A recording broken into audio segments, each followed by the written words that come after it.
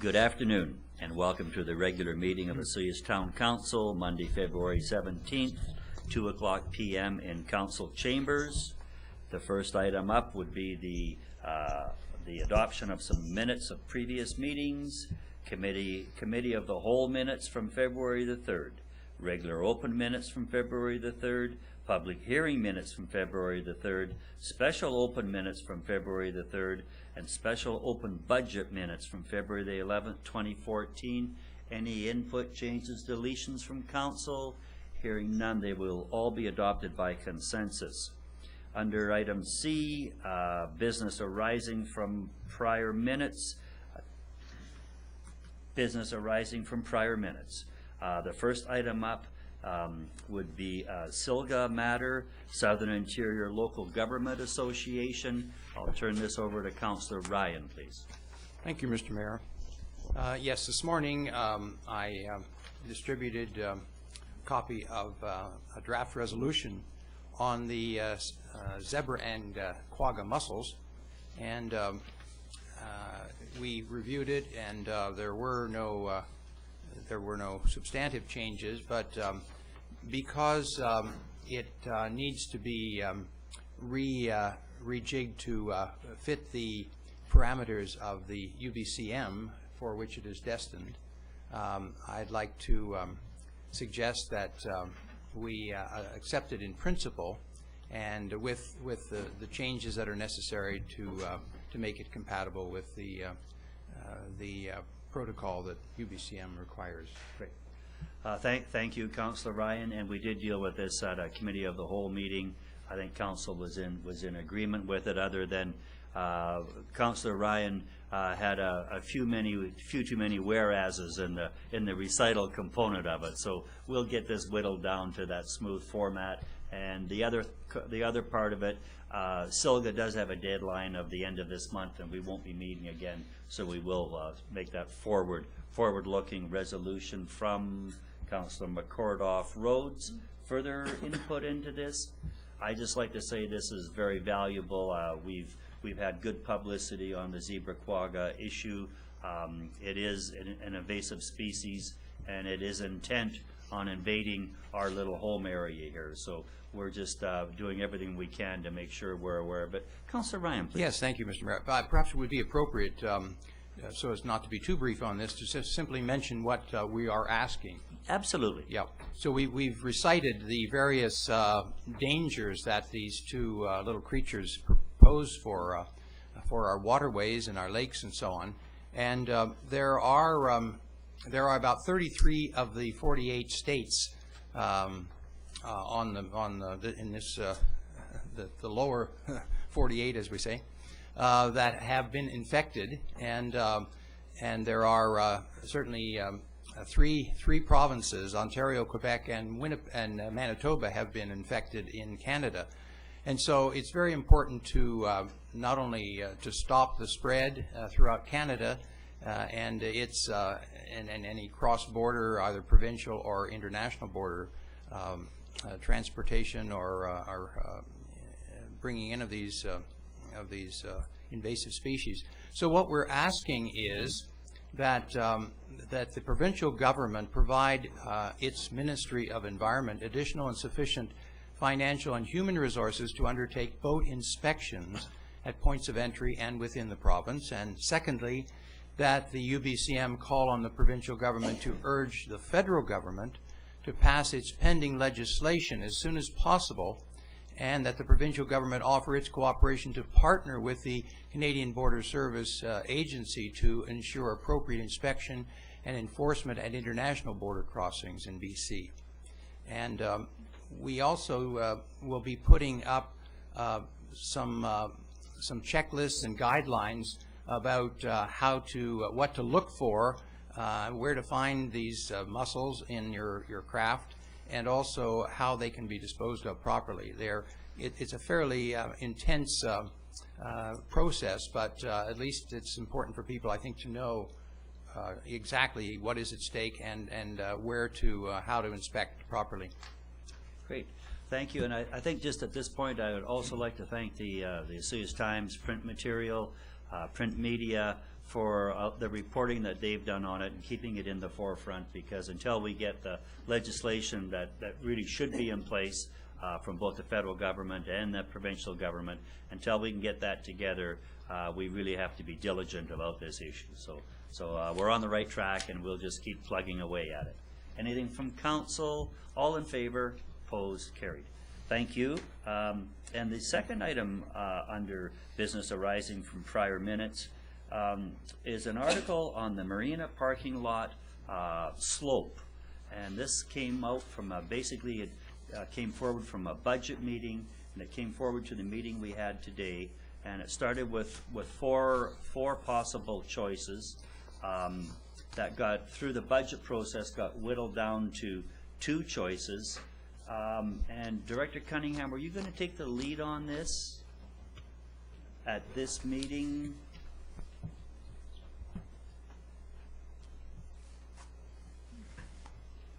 Thank you.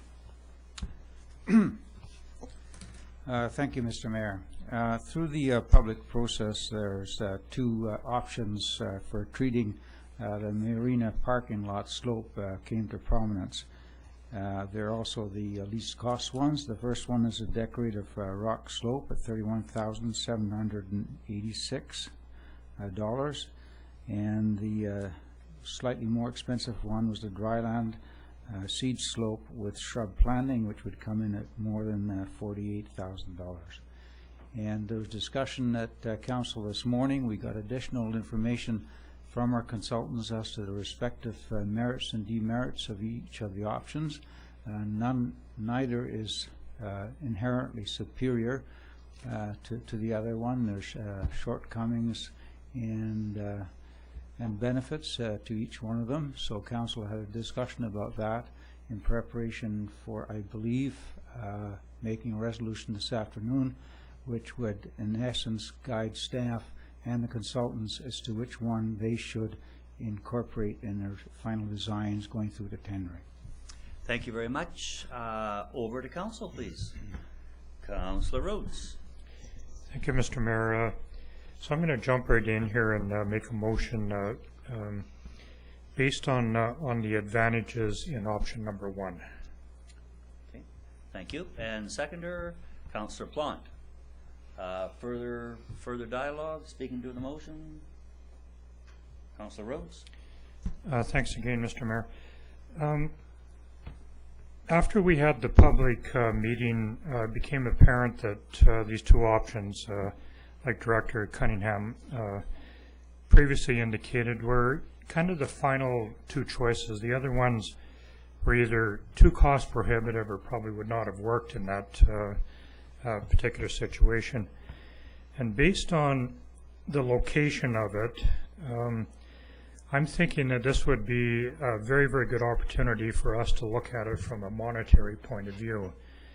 We've been reassured that putting the rock mulch or whatever configuration that we have in there without any plantings or green space definitely will work. Apparently we will not have any liability issues with it sliding off and so on and so forth. And the other thing we did hear from our Director of Public Works this morning, we kind of put him on the spot and asked him for an opinion on what he thought was the best one. Although he did consider both options, I think he was very blunt in that number 1 would be his main choice, mainly because of it's more friendly for maintenance over the long term and that type of thing. And I'm just thinking that number 1 is the best choice because at the end of the day it's going to look good. It's not like we have lots of the public traveling down there all the time. It's going to be primarily viewed by people attending the sailing club and using the marina down there. So, you know, aesthetics are not the biggest thing here, and this is a great opportunity for us to save about $17,000 and still have a really, really great rock face down there that looks good to most people, I'm sure.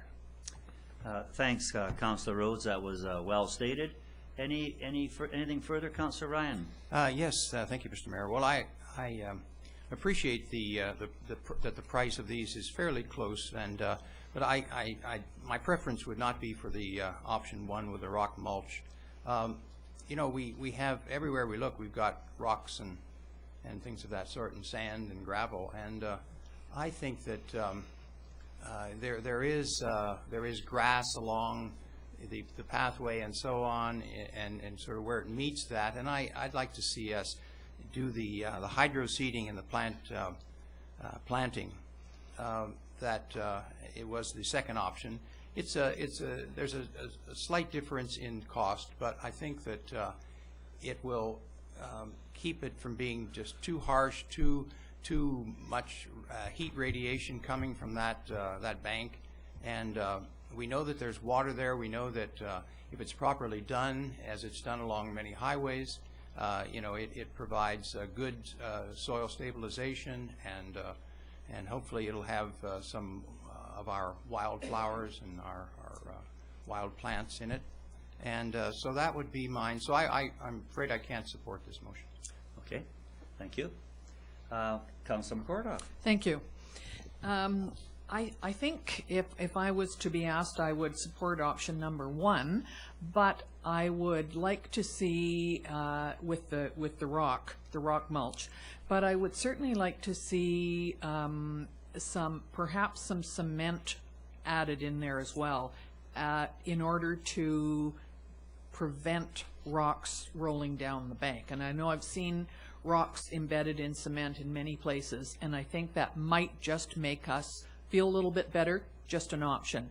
The other thing that we had discussed earlier was that if we are going to go, and that's an if, with the rock, that perhaps we could get some decorative rock to put in there with the Osoyoos name in there, added into the rocks. I'm just not sure whether that would work or not, but I think that coming in from the lake and coming up from the sailing club might have a nice view of having the word Osoyoos written in there in rocks. Don't know whether that's possible, but I would support number 1, but would like to have those 2 things looked at.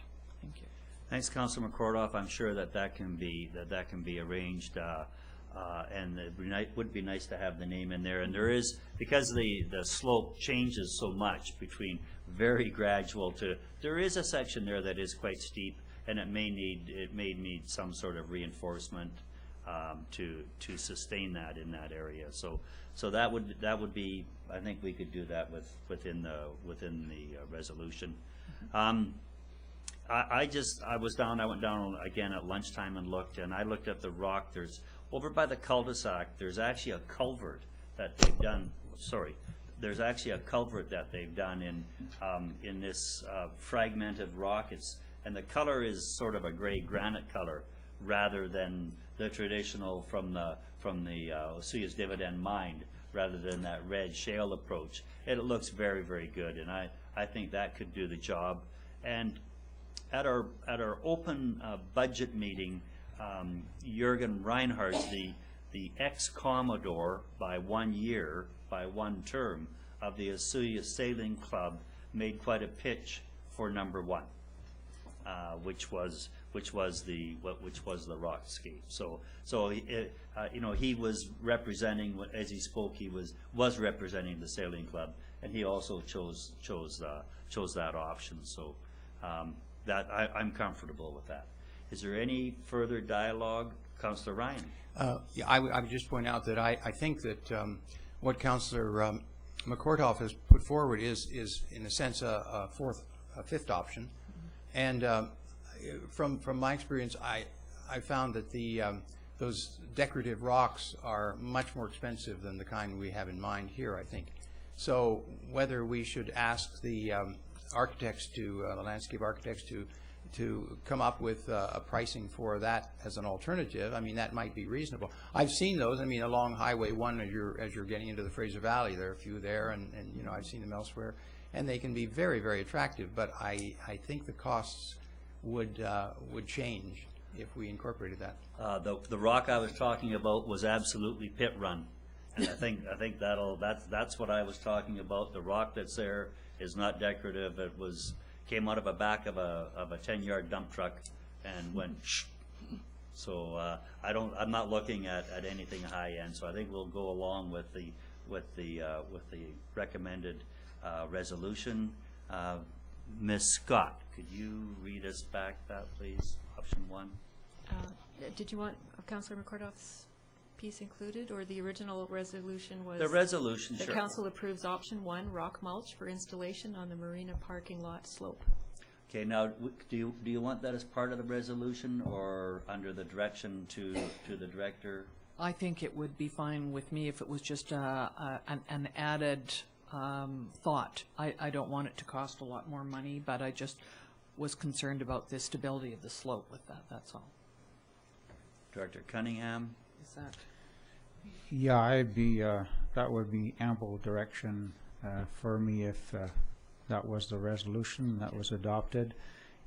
I have noted down the other concerns and wishes, and I certainly will pursue those with the landscape architect, and bear in mind that we have a limited budget here, and so if it's something that could be done for a reasonable price, that's fine. But if it was going to expand the budget seriously, which would undermine the advantages of this particular option compared to some of the other ones, then I would decease from expanding it too much. And we'll be back to the table. I understand that. Councillor Rhodes, does that cover your intent? I just wanted to make one more comment about, if I may. Yes. Regarding the stability of the rocks on that slope. We've asked and received very favorable comments that what we're doing is heading in the right direction, and I just wanted to bring that forward because I think a lot of times we may leave people with the impression that we're just moving forward with and throwing rocks on there. There has been a little bit of science put into it and a little bit of thought, and all the indicators are that it'll be just fine. The worst case scenario, I think, would cause some weed difficulties in there, but certainly with the rock, you know, the components necessary to control weeds are easily broadcast on that surface down there. And I'm feeling very confident that the bank will stay where it's supposed to, and that type of thing. We've certainly not received any negative feedback that would indicate otherwise. That is correct. Thank you. Anything further, Councillor Pont? You're fine. Ready for the question? All in favor? Opposed? Carried. Thank you. Next item would be introduction of late items. Was there any late items to be added to the agenda? That agenda will be adopted by consensus. No delegations. I had some great delegations at our Committee of the Whole meeting this morning, which is on Granicus for everyone to understand that you can see that Committee of the Whole meeting if in fact you weren't in attendance today. Bringing us to water matters, water accounts in the amount of $27,095.43 for approval. Councillor Morera, Councillor Laranjo, Councillor Morera. Any discussion on that? All in favor? Opposed? That's carried. Correspondence, Osoyoos Lake Lions Club cease operations. We've received a letter from the Osoyoos Lake Lions Club. It's probably appropriate to read this. I think that is part of the receipt. It's an unfortunate moment in a small town, and certainly the end of a wonderful, energetic club that's done a lot of good work in this town, including such things as Lions Park, which is probably one of our, to some segments of our society, the Little Gaffers, it's the #1 park in town. So I'll just read this letter, dated February the 3rd. Attention Mayor and Council. The Osoyoos Lake Lions Club has experienced a decline in membership over the last several years, and the remaining members find it impossible to continue to provide service and support to our wonderful community. For this reason, and with deep sadness, we regret to inform you that the Osoyoos Lake Lions Club will cease operations effective April the 1st, 2014. The Osoyoos Lake Lions Club has been in continuous operation for 51 years, with tremendous positive influence both within our community as well as regionally. and we are proud to have been part of the successful history of this great town.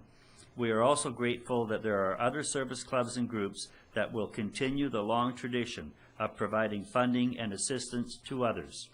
We have always been the envy of other Lions clubs because of the unconditional support given to us by council and staff, and we extend our heartfelt appreciation for all your help and support. We will be in touch with Mr. Romanko to discuss the lease and the contents of the building at Jack Shaw Gardens. Best wishes, Brian Chadsey, President, Osoyoos Lake Lions Club.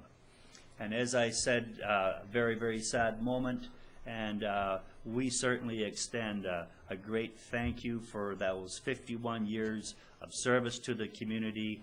And I'm just thinking, I can remember when it was started and some of those charter members of that club. Obviously, I'm not going to name them because of the error of omission, but 51 years of service, it's an unfortunate end, but as was stated in the letter, there are other groups that will pick that up. And I'm going to let council have a few words on this if they like. Councillor Rhodes, please. Thank you, Mr. Mayor. Well, I'm not going to say too much, but what a tremendous legacy this club has had in Osoyoos. Just to name a few of the things that were brought forward by them, and so well, and by integrating their various projects into our community. I mean, just look at the pancake breakfasts that they've had for so long. Just a tremendous legacy. I'd also like to maybe suggest that maybe we should reciprocate and send them a letter, thanking them for, their 51 years in our community. This is, I know Brian really well, and I understand what he's saying in the letter, but I think the thank you should probably come from us rather than thanking us. And I would like to suggest, I don't know whether you want a resolution or not, maybe, maybe some kind of a acknowledgement in writing of their legacy, and if we can maybe highlight some of the projects that they brought forward in the community, and just in general a real warm thank you for their involvement over all these years. That's a great idea. Maybe it could be an acknowledgement of their work in the town, and maybe we can get something before council, meet them as a group or do something along that line. So maybe, can we just refer this to staff rather than take a direct? Okay, I can, if I get actually I think a motion, a resolution would be quite, thanking them for their years of service. Okay. And to the community, and then we can incorporate that into a letter.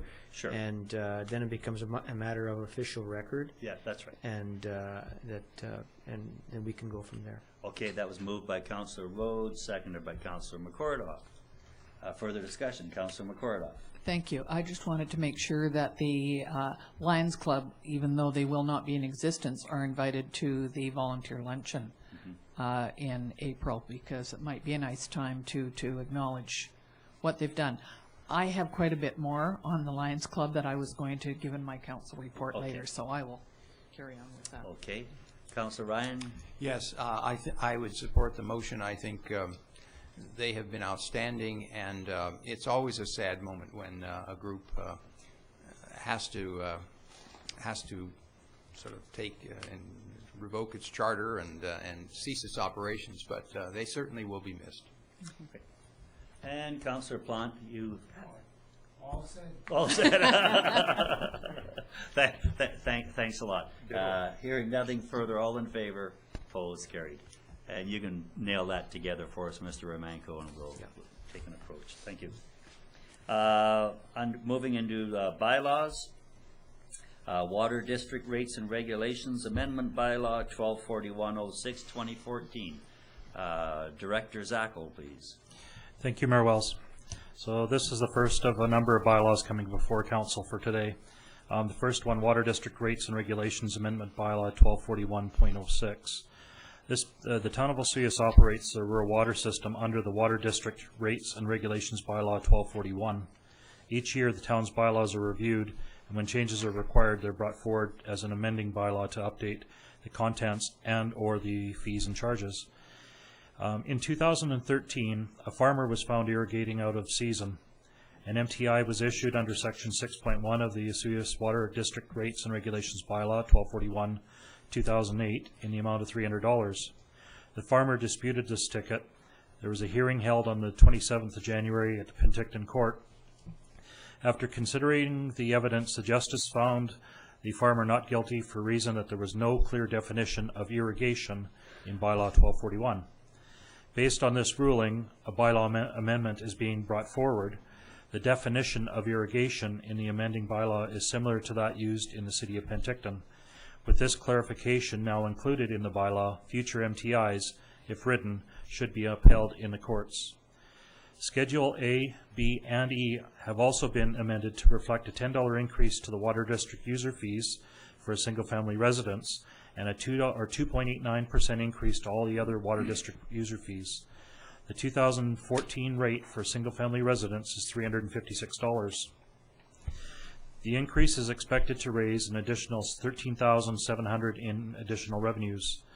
The funds available for all water capital projects are $497,585, and this is up slightly from 2013 at $493,272. The 2014 water capital projects that we are going to be working forward with would be the water metering strategy, Well 1 assessment, Wells 1 and 8 water treatment plant design, Station 9 pump and motor replacement, 340 booster pump and motor preventative maintenance, the 402 booster station upgrade, Wells 3, 4, and 5 SCADA upgrades, Well 6 control panel, reservoir mixer, and reservoir cleaning.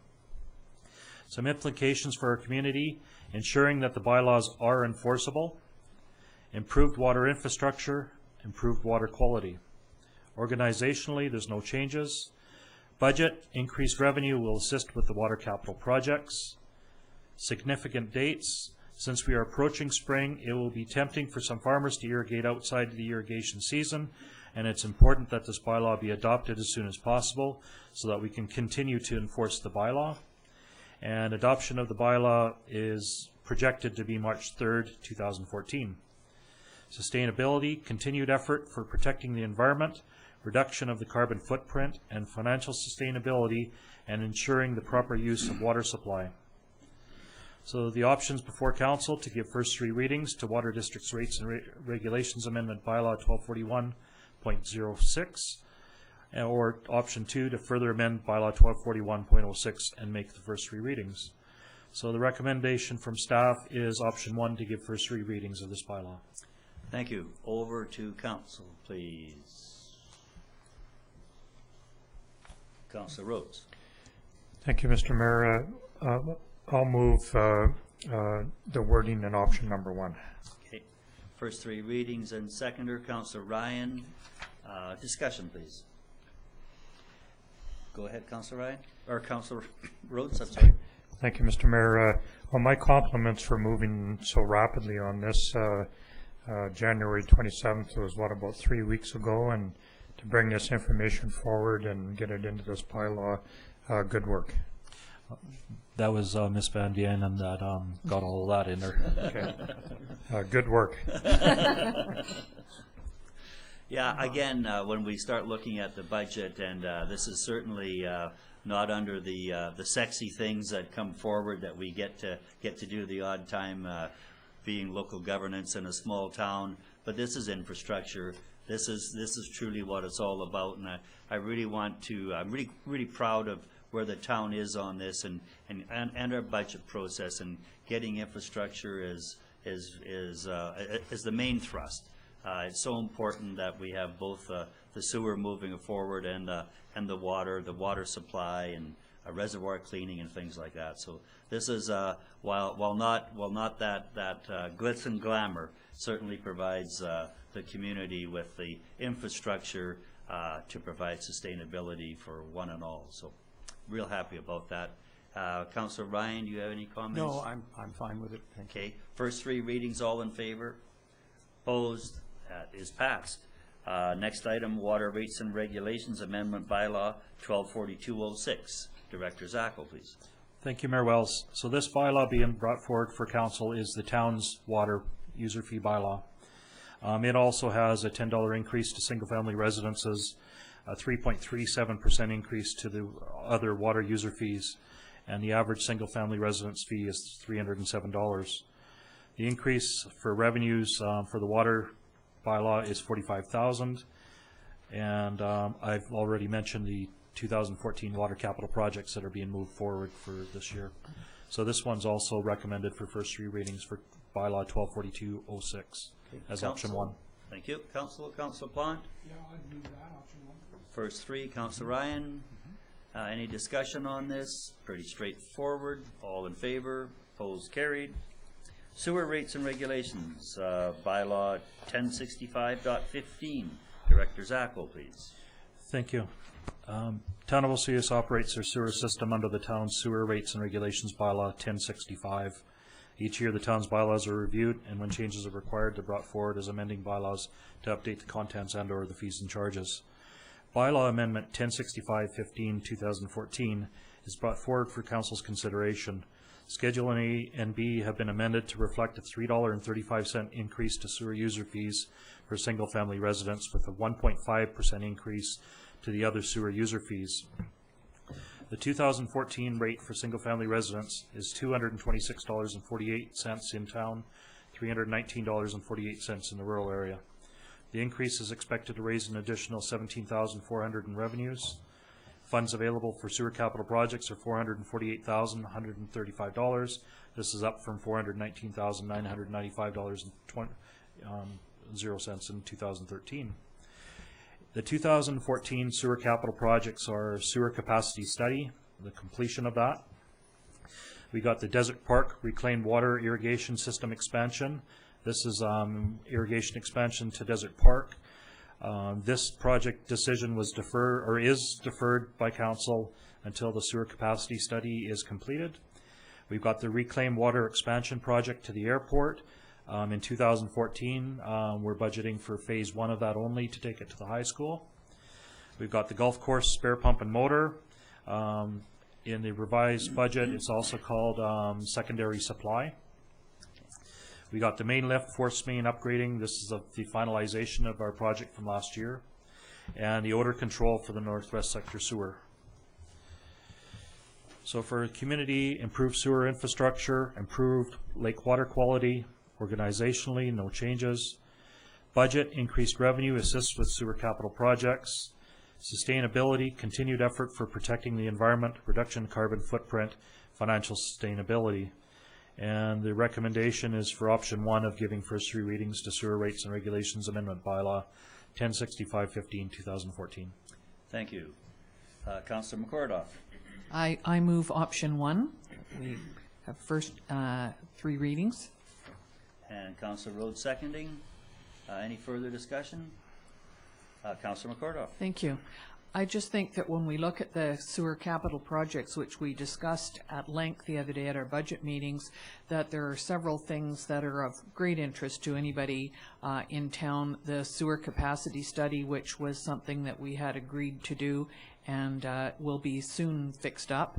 And the main lift, the force main, which was a huge project that we undertook last year, and it's working well, and that's the main thing. We don't want to have any accidents. So I think that all of the sewer capital projects are important to our town, and I think that's why we need a little bit of an increase. Great, thank you. Anything further? All in favor? Opposed? Carried. Item 4, Waste Management Services and Regulation Amendment Bylaw number 1267.06. Director Zackel, please. Thank you, Mayor Wells. So at the February 11th budget meeting, staff had proposed an increase to tipping fees for $90 per ton to be similar with the Campbell Mountain landfill.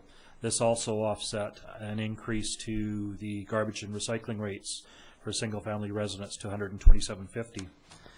After the budget deliberation that took place on February 11th, Council had made a recommendation for reducing that tipping fee rate, and it's been reduced from down to $82 as far as an increase to tipping fees. The garbage and recycling collection rate for single-family residents was also reduced substantially. It got reduced down to $122 instead of the $127.50. So it's a $3 increase to the user fees for garbage collection and recycling for single-family residents is a 2014 impact. So Schedule A has been amended to reflect those two rate changes at this time. There's no other recommendations for changes. Some implications for the community: continued effort for waste diversion at the Osoyoos Sanitary Landfill to extend the lifespan for the residents. Organizationally, no changes required. Budget: increased revenues to assist with the increase in costs associated with garbage and recycling collection contractor and other recycling opportunities. And sustainability: continued effort for protecting the environment, reduction of waste, and financial sustainability. So 3 options before council: to give first 3 readings to Waste Management Service and Regulation Amendment Bylaw 1267.06 2014. Option 2, to further amend Bylaw 1267.06 2014 and give first 3 readings. And Option 3, not to make any changes to existing Bylaw 1267.05 at this time. And staff's recommending Option 1. Thank you. I'll just go right to Councillor Rhodes on this one. Well, thank you, Mr. Mayor. I may have talked myself out at the budget meeting about it, but certainly I'd like to make that option based on the wording in number 1. Thank you. And that seconder, Councillor Plant. Just before I'm going to give it back to okay, I'd just like to state that Councillor Rhodes led the charge on bringing that reduced amount of money to the budget meeting, on which council did debate and decided that was the way to go. So just because we thought the rates were getting a little high for a small town like this. Director Zackel first, please. I'm sorry, and I apologize. There is an error on Schedule A. The garbage collection recycling rate needs to be amended to $122. It was showing $119 on the bylaw. For voting on the motion for the first 3 readings, it would be at the rate of $122 for the garbage collection and recycling rate, and landfill tipping fees at $82. Okay, so is that reflected accurately? Okay, thank you. Council is aware of the oversight. Thank you. Further discussion, Councillor Rhodes. Bring it home. Well, thank you, Mr. Mayor. Some time ago, I don't know what time frame, the regional district, who both owns and manages many other landfills, in our immediate vicinity, had proposed a much higher rate to help them deal with some financial issues that they were having at their main landfill, the Campbell Mountain Landfill in Penticton. And I just usually what happens with these type of recommendations that we just follow suit. We just go, well, okay, there's a bigger picture here, we'll just go along. And I felt that during our budget deliberations that was somewhat unfair for us to do that. One of the things that we enjoy in our community so much is probably one of the most prestigious and well-run landfills, perhaps even in the province. We've taken that landfill from being an indiscriminate dump into something that's efficient, and among other things, we actually make money at our landfill. It's a profit center for us, and that's something that's not often achieved, and certainly is not the case with our counterparts in Penticton with their landfill right now. And often what happens if you have a landfill that's privately owned like ours that does not follow suit, and you come in at a much reduced rate, you generate what's more commonly known as landfill shopping, where people will gather refuse and bring it down to our landfill and drop it off because it's cheaper. And it doesn't seem like much of a spread, but over a long period of time it can really add up to somebody that's a heavy user of landfill. And I want to clarify one thing. Never ever would this community ever be able to afford another landfill. I can't even imagine it would be a $70 to $80 million investment for our community. So we can't fill our landfill up. Over the last 5 years, we've taken the lifespan of our landfill from approximately 5 to 7 years, I think, and now we're looking at a lifespan of 25 years on it right now. And I might be out a couple of years either way, but I'm pretty darn close on those numbers. And you know, we want to keep it that way. We don't want to have to go out and buy a new chunk of land and look at developing a very, very expensive thing. We just, in all honesty, would not be able to do it. So, you know, the rates that we've come in at will discourage some landfill shopping. We will continue with our diversion programs by recycling and that type of thing, and make all of these efforts to keep our landfill intact. And along with this, just so we can add a little bit of controversy, I also would be remiss if I did not mention the opportunity here for a two-tiered pricing scheme where we evaluate the people that pull up to drop off material into our landfill. If they're a resident and can demonstrate that by perhaps producing a driver's license, then they would have the favorable rate. And then non-residents from other areas would pay a much increased price. And only a suggestion, I just wanted to throw that in there because you gave me the opportunity to do so, and nobody's told me to be quiet yet. So. But anyway, those are my words to follow up the motion that was on the floor. Great. Thank you. Any further? Councillor Ryan, please. Yes, thank you, Mr. Mayor. Well, I think this is a modest increase, and it is important for the to avoid landfill shopping, but also there are some additional things there. We're putting another person in the landfill at the face to make sure that the segregation of various materials is continued, and also I always worry that if fees become too high, people seem to find other places to dump things, and we certainly don't want to have that. It's you know, our waste belongs in the landfill, and not everywhere that might be closer and more convenient for you to put it. So I think this is a reasonable increase, and certainly the services there are going to increase as well to assist people to make sure that they know where things should go and how best to bring them and recycle them. Great. Thank you. And I guess just a couple of comments to close this out.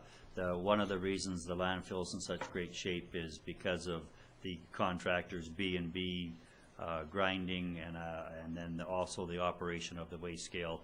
I believe that's B&B also, but they're doing a great job up there. A good teamwork effort, and we're bringing in the new MMBC program. There's going to be some changes to the areas up there and some of the recycling. I guess one of the biggest items will be we're going to start being able to do something with styrofoam, which, gee, I don't know. I was going to say I find that exciting, and I do. It's really going to be great to be able to do something with that product. So yes, moving this ahead and where we're going with it. All in favor? Opposed? Carried. Next item. Ooh, a big one. 5-year financial plan bylaw 1304-2014. Director Zackel, please. Thank you, Mayor Wells. Section 165 of the Community Charter requires municipalities to prepare a financial plan for a period of 5 years, which is adopted annually by bylaw. The Charter also requires Council to undertake a process of public consultation regarding the proposed financial plan before it's adopted. At the special open meeting of Council on February 11th, Council reviewed the budget information and provided direction to staff. The information in the financial plan reflects those directions as attached. Financial Plan Bylaw 1304-2014 is now being presented for Council's consideration. The financial plan must be adopted by bylaw at any time before the annual property tax bylaw is adopted. Section 197.1 requires that Council must adopt the annual per annual property tax bylaw before May 15th. A financial plan must set out the proposed expenditures by the municipality, proposed revenue sources, proposed transfers between funds. The information must set out for each of the 5 years covered in the financial plan. The Act requires certain particulars must be included, however, the amount of detail is a matter of local determination. The financial plan must not plan for a deficit, and the total proposed revenue sources plus transfers from other funds must not exceed the total proposed expenditures and transfers to other funds. Public consultation requirements. Section 166 of the Community Charter requires Council to undertake a process of public consultation regarding a proposed financial plan before it's adopted. The Act does not specify the format of public consultation process, and it may be varied at Council's discretion to suit the local community. Council was presented with the budget at the special open meeting of Council on February 11th with the financial information available on the town's website. From the budget deliberations at the February 11th meeting, Council requested that a public input session be held prior to Council giving the financial plan bylaw second and third readings. This date is tentatively set for February 24th, 2014. The budget assumptions. Ensure service levels in all operations and facilities are cost-effective and meet expectations of residents and visitors. Complete priority projects identified by Council and Department Directors. Identify sufficient contingency to respond to unforeseen expenditures. Adjust capital expenditures to maintain current service levels. Maintain property tax policy of increases to cost of living as directed by current financial plan objectives and policies. Continue contributing to a police reserve fund to lessen the impact when the town goes over the 5,000 population. 2014 budget and significant operating capital changes. In the operating environment change, CPI, the Consumer Price Index for Vancouver, increased by 0.2%. The TCPI, which is a Transportation Consumer Price Index, increased by 1.4%. Non-market change, new construction, this is new tax dollars for the town. That's 10,400. QP, the wages increased by 2%. Exempt salaries are estimated at 2% for 2014. Highlighted changes at the discretion or at the direction from Council at the February 11th meeting. This budget is being presented to Council with a 1.75% increase to property taxes. This is an increase of $41,350 in tax-based revenue. 1.15% of this increase is allocated to fund capital projects in the amount of $27,280. 0.6 of this increase is to offset the increase in operating costs, which is $24,470 less the new tax dollar amount of $10,400. Garbage and recycling fees are proposed to increase by $3 to $122 in 2014. This increase is to account for the TCPI increase to the garbage and recycling contract and the tipping fee increases in 2014. Tipping fees proposed to increase for the Town of Osoyoos sanitary landfill in 2014 from $72 per ton to $82 per ton, lower than expected revenues due to the increased recycling opportunities, and community support to recycling is the main factor for the increase. Sewer rates proposed to increase by $3.35 annually for single-family residents. The cost for a single-family residence will increase to $226.48, which is a 1.5% increase in town, and $319.48, which is 1.06% in Area A. This is a $17,400 increase to revenues and is needed to maintain the same level of funding available for capital projects. Water rates proposed to increase by $10 annually for single-family residents to $307. This is a 3.37% increase and will be adjusted to all the other water rates. This is a $45,500 increase in revenue and is needed to maintain the same level of funding available for capital projects. Water district rates proposed increase was $10 annually for single-family residents, which is now $356, a 2.89% increase to other water district rates.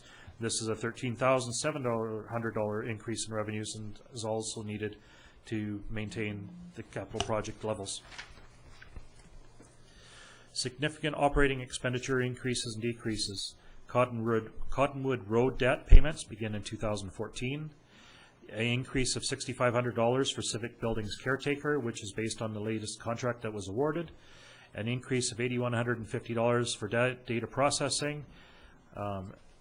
There's insurance. This budget went up by $6,500 in 2014, with liability insurance being $4,100, buildings $700, and vehicles $1,700. Labor, QP's collective agreement expires in 2014, so we've got a negotiator, where it was $4,000 in 2014, $6,000 in 2015. Elections in 2014, which includes a referendum in July of $18,000. Destination Osoyoos taking over economic development under contract with the town for $88,000. Grants $8,700. Increased transit costs of $4,700, and a new grant for environmental projects of $4,000 amount, or that's the amount for that.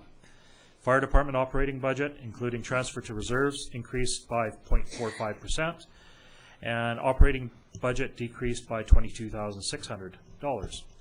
Transfer to reserve to establish an equipment reserve fund for the Fire Department is established at $24,000 for 2014. Under community development, budget went down by $85,100 in 2014, as the economic development component is being contracted with Destination Osoyoos. Development services, this budget went down by $36,100, mostly due to the reduction of one staff member in the department. Landfill, this budget went up by $31,600 in 2014. The main reason for the increase is due to the new landfill attendant being added and increases in contracts for the CPI and TCPI.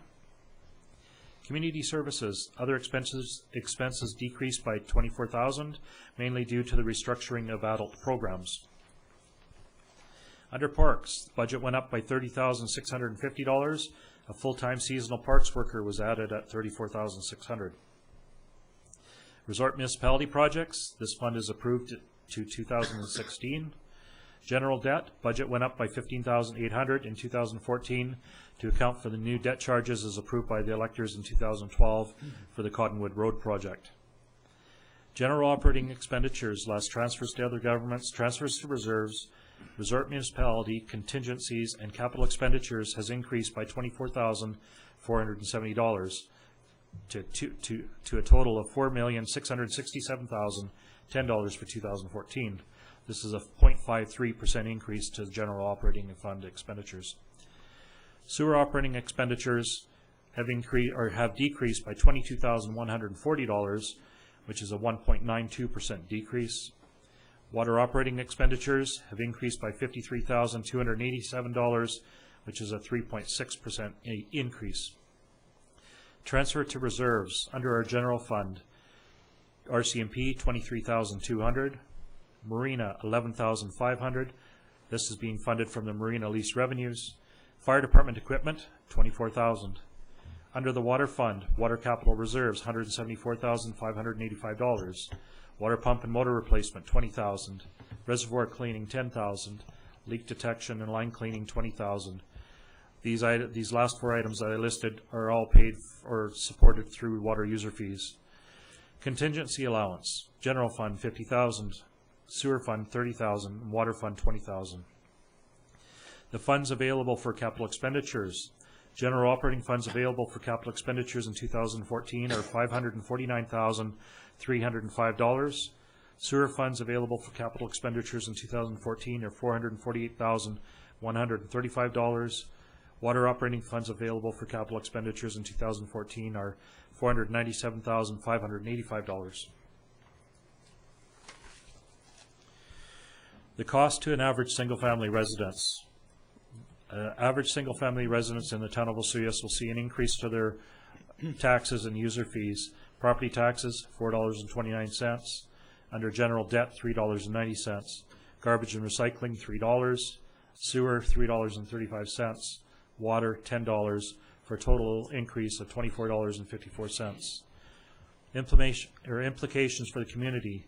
A significant amount of capital projects are planned for 2014 that will enhance the community and improve the infrastructure in the town and rural service areas. Organizationally, a reduction of position in the Planning and Development Services, and then an addition of 1 full-time seasonal parks worker were added. Budget, user fees for garbage collection, water, and sewer have increased a combined $16.35 for single-family residents. 1.75% increase to property taxes after new construction dollars added. Sustainability, working to ensure maintaining levels of service for the community and financial sustainability for the town. The options. Option 1, for council to give first 3 readings of 5-year financial plan 1304-2014. Option 2, to make additional changes to 5-year financial plan and bring forward to first reading of this bylaw. And the recommendation from staff is option 1. Thank you, Director Zach. I'll take a breath. Thank you. Over to council, please. Council McCordoff. Yes, I'd like to move option 1, that we give first reading to the 5-year financial plan. Thank you. And that seconder, Councillor Ryan. I just have a couple of questions.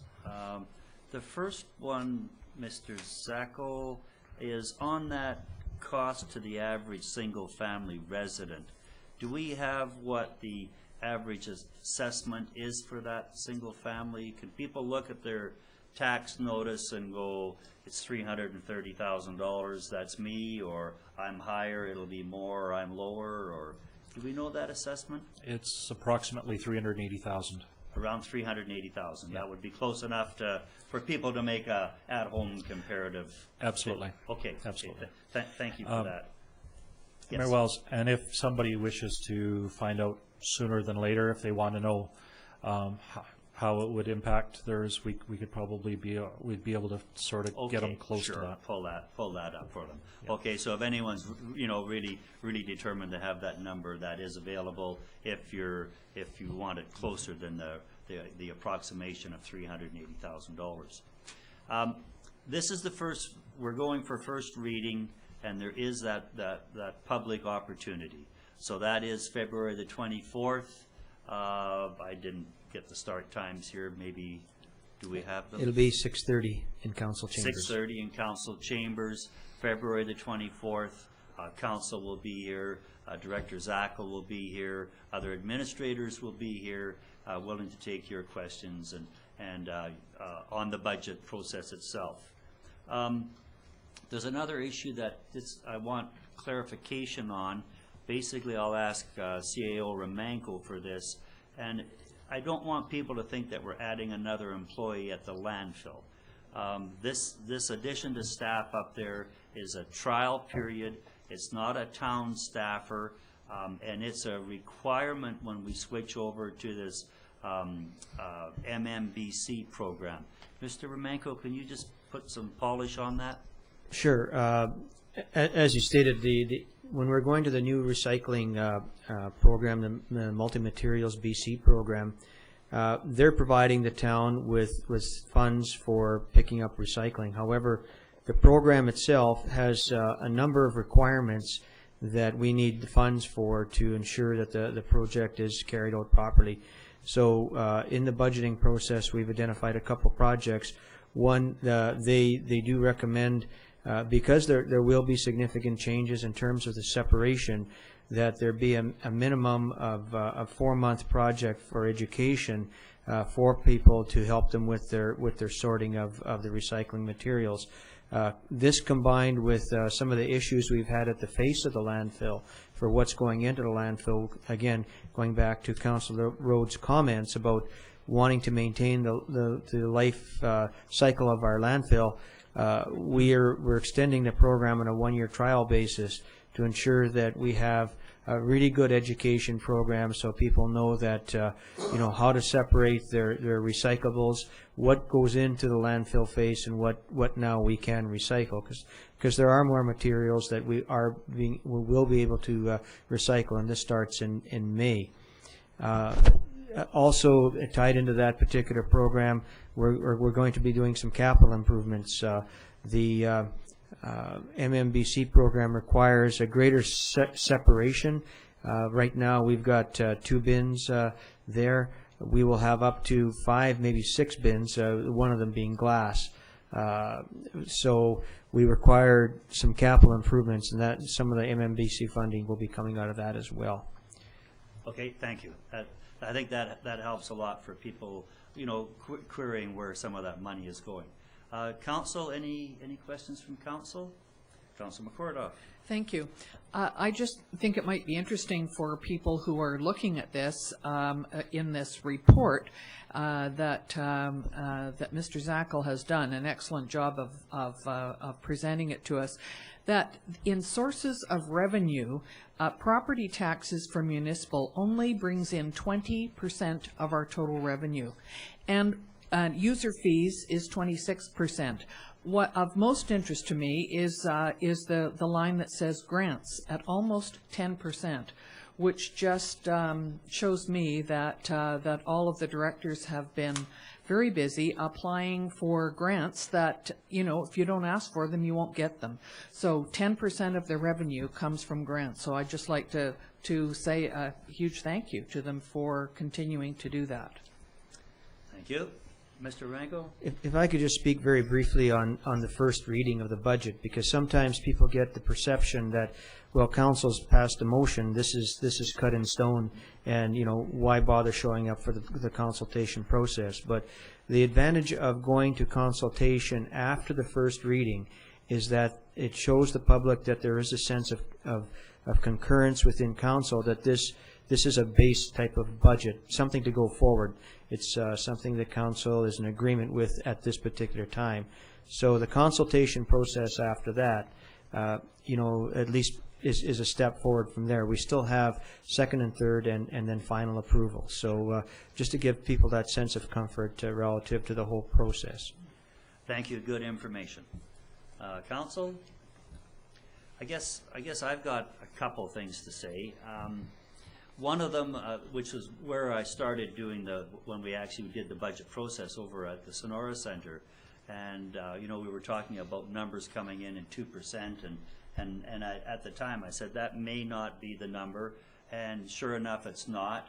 It was reported out that way, but so it's a little surprise for the people that were following it in the newspaper. It's not 2%; it's 1.75%, and I want to talk further about that 1.75%. When we're looking at the budget, there was about 0.47, just less than 0.5%. That was into things that were committed for, like cost of living, the CPI, the QP, and that. If we did nothing, we needed to put it up 0.47% to stay even. That was the cost of doing business over that period of time. So when we were at 1.75%. That also included 1% to the RCMP reserve, was 23,400, and that's an approximate number. So out of that 1.75%, that 1% is going to the RCMP reserve, and that's a significant amount that's going forward out of what we're raising those taxes. So I think we landed a very good budget. And I'm looking at the cost factor. It's probably going to be one of the lowest bumps in BC. I just have to ask a question of Director Zackel, because it looked like I maybe didn't quite get the RCMP right. So I better back up and get that right as we're going to a public hearing process. And I read faces very well, Director Zackel. Thank you, Mayor Wells, and thank you for allowing me the opportunity to speak.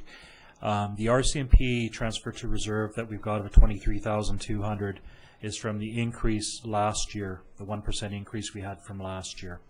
The 1.75% increase that we've got this year, what we have is 1.15% of that going towards capital projects, 0.6% of that going to offset the increase in operating costs. So the RCMP, we raised taxes last year by 1%. That's allowing us, as long as council's direction is to always continue to put an amount into police reserves, the amount will be 23,200 from the previous year's commitment that we made. Okay, so that didn't have to be done every year. We did it, and It's already in there. That's correct. So we are, so for people that are wondering then, we already are putting in that 1%, or $23,200 that's going to go in there. And of course, that won't be quite 1% as things change. But we are committed to that money going into the RCMP reserve. That's Thank correct. you. That's Okay. correct. And I guess on those reserves, when the budget highlights came out, you were seeing talk of reserves in many categories, and that just shows, again, a healthy financial picture and a healthy financial community. So do come and see us on the 24th. Glad to have your questions, answer your questions, and listen to your input. Anything further from council? All in favor on first reading? Opposed? That is carried. Thanks, Director Zackel. Very, very formative. We'll see how February the 24th is. Still under bylaws, under number 6, report 6, form-based zoning approach to implement the Southeast Meadowlark area plan. Director Cunningham. Okay, and I'm just going to circulate some hard copies of the attachment, which are the intensive residential development permit area guidelines, because it got gibbled up in your computer. Oh, okay. Thank you. This looks rather formidable. Yeah, it is.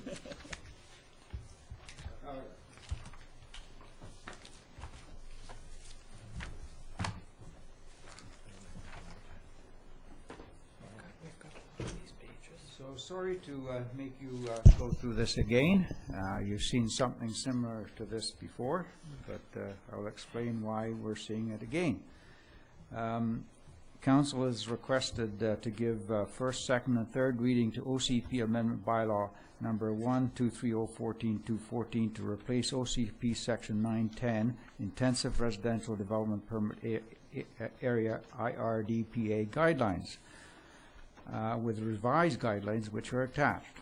Council adopted the original guidelines on September 3rd, 2013, but on review, some revisions were considered necessary.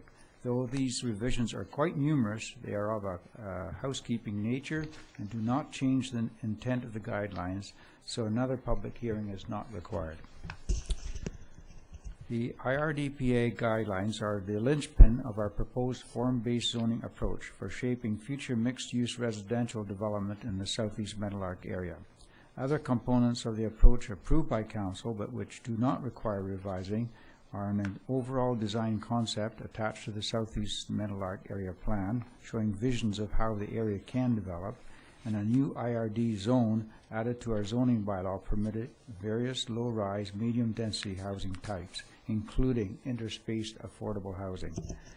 The IRDPA guidelines contain both general guidelines, which were largely prepared in-house, and specific guidelines for individual housing types, which embody both text and graphics, and were largely prepared by our architect, Carlo Di Stefano. In reviewing the IRDP guidelines, it was found necessary to strengthen some of the language on affordable housing to ensure that they are treated equally along with market housing, and to generally streamline other language for simplicity, clarity, and consistency. The first application of form-based zoning in Southeast Meadowlark will likely be for development of the town-owned Richter remainder property south of the new fire hall site. Staff will soon invite expressions of interest from developers to take on the challenge of developing this 3.23 acre property with about 40 homes, including a 15% affordable housing offset. We are now very close to putting all the ingredients together for issuing the invitation and working with a selected developer. The ingredients include the form-based zoning requirements themselves, a recently completed property appraisal, a negotiation strategy for affordable housing financial incentives approved by Council last year, and a proposed DCC sewer project that will eventually service all Southeast Meadowlark. options, council approves first, second, and third readings of OCP Amendment Bylaw number 123.14 to 14. Not take any action. Impacts. Community. Form-based zoning will assist make the southeast Meadowlark neighborhood a showpiece of urban excellence for attracting development. Budget. Much of the planning has been done in-house, and the architect's valuable contributions were subsidized with federal funding. Organizational. Implementing form-based zoning will present challenges for staff, but will be made easier by our actual active involvement in the development of those guidelines. Final adoption of timelines. Final adoption of revised RDP guidelines on March 3rd, hopefully. Start advertising by the end of March for interested developers to submit expressions of interest. Sustainability will help create a livable, multi-use residential neighborhood to accommodate a plurality of socio-economic goods. Staff recommends option 1. Thank you, Director Cunningham. Council, please. Councilor McCordoff? I will move option 1, that we give first, second, and third readings to the OCP Amendment Bylaw. Okay, and seconder, Councilor Rhodes, please. Any questions? Any input? Well, this has been a bit of a long road, but I'm looking at where this is going. It could be exciting to go to the public and start looking for RFPs on. Is that what we'd be looking for? RFPs? Expressions of interest. Right. Okay. Yeah, that could be very interesting to get that kicked off. We're going to cast a broad net in terms of going out to all the trade magazines, and of course we'll be advertising very strongly locally as well, because I'm sure there may be some local companies that would be interested. But we're going to make our very best effort to attract in as many possible interested contractors as possible, especially ones that would be interested to take on the special challenge of doing something which is a bit different in terms of urban design, but also including the affordable housing. But we feel that we have the right approach and all the tools in place that we're going to be successful in this venture. Okay, and briefly, the design that we're looking at is completely integrated within that 3.2 acres. We're going to do many approaches to it in there? Yeah, we already have 4 different options or visions of how that site could develop, but those are only a starting point or a terms of reference, of touching stone for the developer to come in and say, well, I can either do one of those 4 options, or I can do a variation in one of them. And it certainly gives an indicative impression of what can be done with the site in terms of mixing different types of housing, and at the same time reaching our target of 30 units per developable hectare. Okay, great, thank you. Council, anything further on that? Okay, so we have, this is for first, second, and third reading. All in favor? Opposed? Carried. Thank you. Another interesting one under number 7, bylaws number 7, zoning amendment bylaw 1085.89, medical marijuana grow operations. Planner Shannon, please.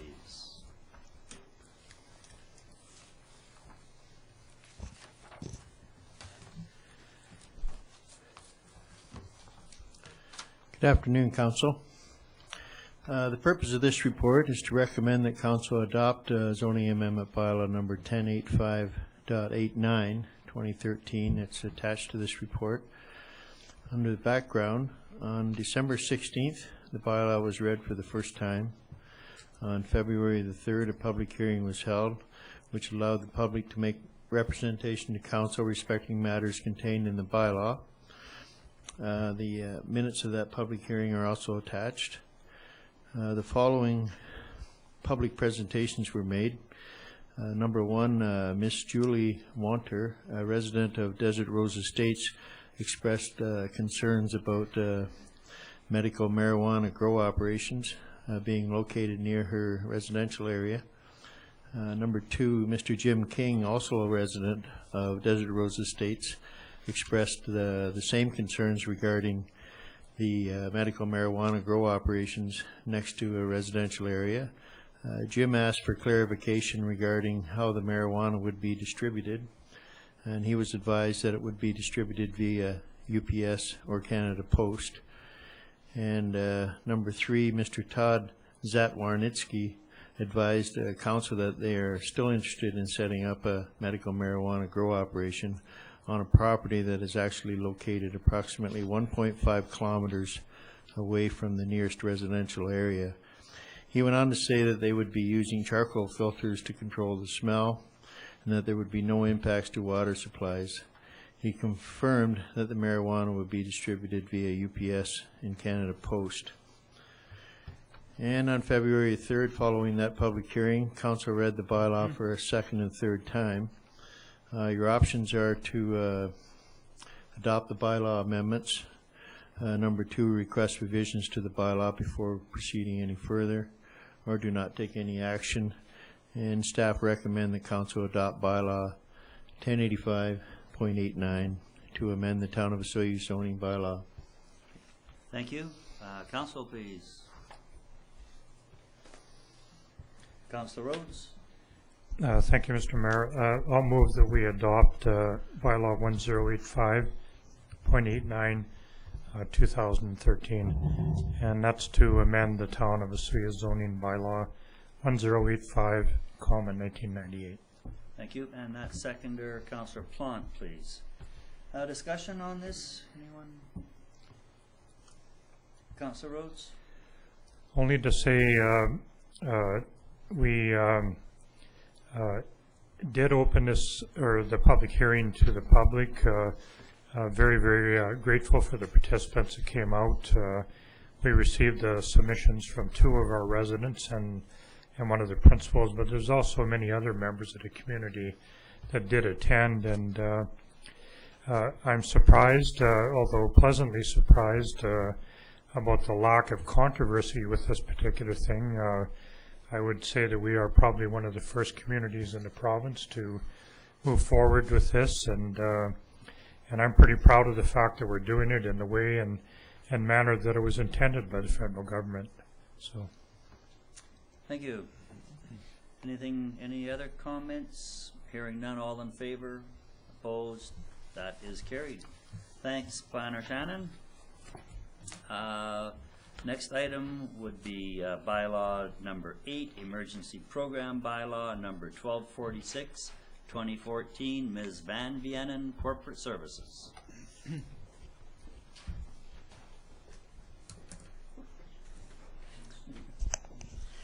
Thank you. The Provincial Emergency Program Act requires all local governments to establish and maintain an emergency management organization to develop and implement emergency plans and other preparedness, response, and recovery measures for emergencies and disasters, and must establish and maintain an emergency management organization with responsibility for the whole of the municipality. The Act also requires the local authority to appoint a coordinator for each emergency management organization established. The Town of Osoyoos did establish the required organizations through Town of Osoyoos South Okanagan Emergency Measures Regulatory Bylaw number 1059/1997, which was adopted in February 1997. This bylaw included the Town of Oliver, Area A and Area C in the Executive Committee. At the time, there was one emergency program coordinator shared between the 2 communities, so it made sense to have one committee between the 2 communities. However, since that time, the Regional District has hired an Emergency Services Manager who is the EPC for the Regional District and Osoyoos has been taking care of emergency issues through the Director of Corporate Services. It is therefore being recommended that the town adopt its own emergency program bylaw and officially appoint the Director of Corporate Services as the EPC for the town. This appointment must be made formally, and the current director has received considerable training through the Justice Institute of BC and various other training sessions in order to be able to fulfill these duties. It is also recommended that council formally appoint a council member to sit on the executive committee and that a meeting of the committee take place in May before the spring flooding or possible summer wildfire seasons begin. And that would specifically be to complete a hazard and risk vulnerability assessment as part of the town's emergency plan. Staff have been in contact with the Town of Oliver and Regional District to advise of the changes being made to our bylaw in order that they can affect any changes required to their own bylaws. Impacts for the community: an independent emergency program bylaw specifically for the town of Osoyoos. Organizationally, the Director of Corporate Services would be formally fulfilling the role of emergency program coordinator. There would be no impact on the budget, and as for sustainability, an emergency program specifically for the town of Osoyoos with the Emergency Executive Committee to deal with risks specific to Osoyoos will ensure planning, preparedness, and readiness if or when an emergency or disaster strike. The options being presented to council are that emergency program bylaw number 1246/2014 be read a first, second, and third time, and that myself, Jeanette Van Vianen, be appointed emergency program coordinator for the town, and further that either the mayor or a councillor be council appointment to the Emergency Executive Committee, or that the council appoint another person to be the EPC, or that the bylaw be returned back to staff for further changes, or that it be abandoned, and staff recommend option 1. Thank you, Ms. Van Vienen. And before I go to council, I think we'll find out which councillor is going to do it. I'm not going to go forward on that. And I guess my questions as mayor is somebody have a great interest in it, or secondly, is there a councillor that's a little bit light on duties? You know, sometimes we, on these appointments and things, we get, someone gets left out or needs more work or wants more work. So what our council's desire on this is anybody springing forward? It's me, it's me. I'd be interested in okay. Taking this on. Okay, great. Does that pass the muster of council? Perfect. Absolutely. Okay, now we'll take the resolution. Councillor Rhodes. Thank you. I'll make a motion based on the wording in option number 1 and filling in that blank with Councillor McCordoff. Thank you. Seconder, Councillor Ryan. Any further discussion? All in favor? Carried. And congratulations, Councillor McCordoff. Thank you. Thank you. Thanks, Ms. Van Vienen. Next up, we finally left bylaws, moving into the business section. Community Services Master Plan. A report from Director Davis, please. Thank you, Mr. Mayor. Staff developed a request for proposal for the Community Services Master Plan and advertised prior to the Christmas break. Upon closing, we received 5 proposals, all within the allocated budget of $55,000. We have shortlisted one of the proposals and would like to proceed as per the timeline. The five contractors who sent in bids: Recre Synthesis Consulting for $49,520, GDH Solutions for $50,404, Lees and Associates for $53,985.49, RC Strategies Incorporated for $54,535, and Vision Path Solutions Incorporated for $54,650. Lees and Associates proved to be the top proposal. Their proposal had many positive highlights, including impressive experience in past related projects. One of the lead people is a resident in the Okanagan Valley in OK Falls and has good understanding of the region. Their methodology was very clear and concise and meets our timelines. An excellent understanding of what our expectations are, including new direction for Community Services Department initiatives, such as environmental and social programming, trails identification and connectivity, and a high-level review of departmental policies, fees, and charges bylaws. In an effort to meet the timelines as indicated in the RFP, staff would like to move forward with the Lees and Associates. The timeline indicates project launch for February-March, project completion no later than September 15th, 2014. In terms of implications, community, this master plan will assist residents, staff, and service clubs for the next 10+ years and all will have an opportunity to help shape the needs of the community. Organizational, 1 council member and 2 staff members will be part of this planning process for the duration of the project.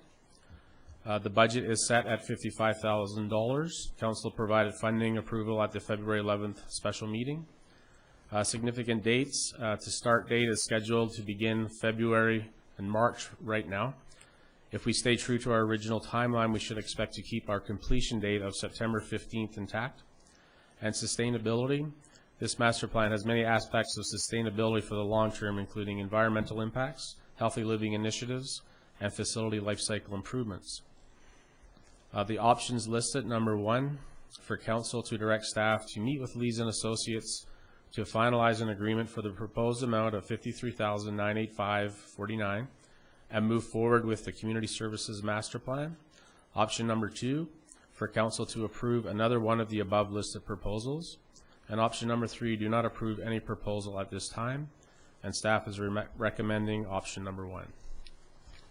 Thanks, Director Davis. I don't mean to put you on the spot, but when we were in the budget process, you did such an eloquent delivery of really what this is about. Could you go through a few of those items as to why this plan is important? You know, we're talking $50,000, and council's trying to communicate with the public, and we have both the press media here and Channel 18, and if we can bring some of that idea forward, because you really helped sell me at the budget process. So, like again, I hope I'm not putting you on the spot. I'll do my best. Thank you. The purpose or the objectives that we try to find in hopefully getting a good proposal is to make sure that we have a good future plan for community services, which would mean our trails, park systems, our current trends that we follow now for our facilities. Are we taking the right lead, what we're doing right now? Identifying different things such as new parks, whether it be a dog park, other parks, green spaces, open spaces, having a review of our fees and services bylaw. So the fees that we charge and how we charge within the community and even in the electoral area A, is that a reasonable amount? We had other discussions about our policies, how we can actually make them better. Are we meeting the needs of our community? And given the community the opportunity to bring new initiatives forward. We might have an overwhelming response from the community to look at different things like pickleball courts, aquatic centers, those kind of things. And obviously, if we don't plan now for the next 10 years, we may not have an opportunity to move forward at all. We also could look at, I wouldn't consider it shelf ready, but an opportunity, if it's identified early enough, to be ready for grant opportunities for the future. Okay, so this would be like the Gyro Park charrette. There's going to be an opportunity for public input, possibly public hearings, public meetings, maybe surveys, all of those being used to help us formulate the 10-year plan, I guess. Yes. Okay. Mr. Romanko. Yeah, I'd just like to speak to that, because I think that's really an important part of this planning process is the whole community engagement, because we've seen a number of examples, in the 5 years that I've been here, that I would say, you have interest groups that have competing interests, and we only have, as a community, so many dollars to go around. So I would see this plan as helping council to kind of sort through what some of those priority competing interests are, and see where the resources should be placed. And it'll take a look at our facilities, a little bit of life cycling, and where they should be placed. And I think also we do have the Gyro Park project as kind of a guiding light to say, we sat down with the community, we worked through the priorities, and now we're putting resources to them. Right. And which is an important part of not only planning but implementing the plan. Right. Okay, that's great. Thank you, both very much, because council hears it, and it's important that we get that message out to the public so that they can understand the expenditure of those type of dollars. Councillor Ryan. Yes, thanks, Mr. Mayor. I too have a question. Under the organizational implications, it mentions a council member and 2 staff members. Could you elaborate on that a little more? Myself and Mr. Cunningham as the Director of Planning and Development, and then we were hoping that our council representative for the Recreation Commission, Councillor Plante, would be part of the process, along with a Recreation Commission member. Hopefully cross-referencing into the Area A for that purpose. Great. So they would be sort of working with the consultants to kind of set the terms of reference and to identify areas for investigation, or what exactly would they be doing? They would be part and parcel of the steering committee right from the get-go, identifying anything that we want right from the beginning and anything extra that we need. The request for proposal that was developed is quite straightforward in how we're going to proceed, and what they gave us was quite straightforward in how we're going to achieve that. So they'll be involved in reviewing drafts, draft proposals. The company that the administration is recommending, they've identified that they would like to have bi-weekly meetings in terms of how the project is moving along. So this, they would be able to be they'll have their pulse on the finger of where this plan is going. They'll help set, for example, when you look at the request for proposals, what groups should we be meeting in town? Who are the major stakeholders? Whether they be individuals, groups. So they'll be involved in making those types of recommendations to the consultants, also reviewing what kind of questions should be asked. And certainly once the information is gathered, they'll probably be assisting in making some of the priority development as well. So they'll have a very active role in the whole process. We did identify a number of documents that we have already that they would review to help us come up with some of those items. And of course, if council wanted something extra in there to help us move that process along, that's what that discussion would be for. Okay. Thanks. That's just great information. Councillor Rhodes. Thank you, Mr. Mayor. Gerald, Mr. Davis, I'd like to ask, getting back to the report and the 5 contractors that bid on it, wondering if you can help me understand what method was employed to suggest the Lees and Associate one. It was kind of mid-range. There was 2 other options. I don't know any one of these 3, and I know you have a listing of the positive highlights resulting from it. I'm just wondering about the criteria that you used to eliminate the other 2 lesser priced ones. Sure. So we actually sat down, myself, the CAO, and the Director of Planning and Development, and we actually went through the actual proposals that we received. And in the RFP, it actually dictates the selection criteria and the number of steps that we would follow. Some of those things that we actually looked at and based those ideas on were the project team and the lead, the experience of the company and the team, their proposed approach and their methodology, how they actually interact with council, the community, etc., the completeness of their proposal, do they meet our timelines, the creativity process, their schedule, and obviously their cost. Specifically, the evaluation process that we chose from Lees and Associated showed a greater initiative in a number of these areas than other proposals.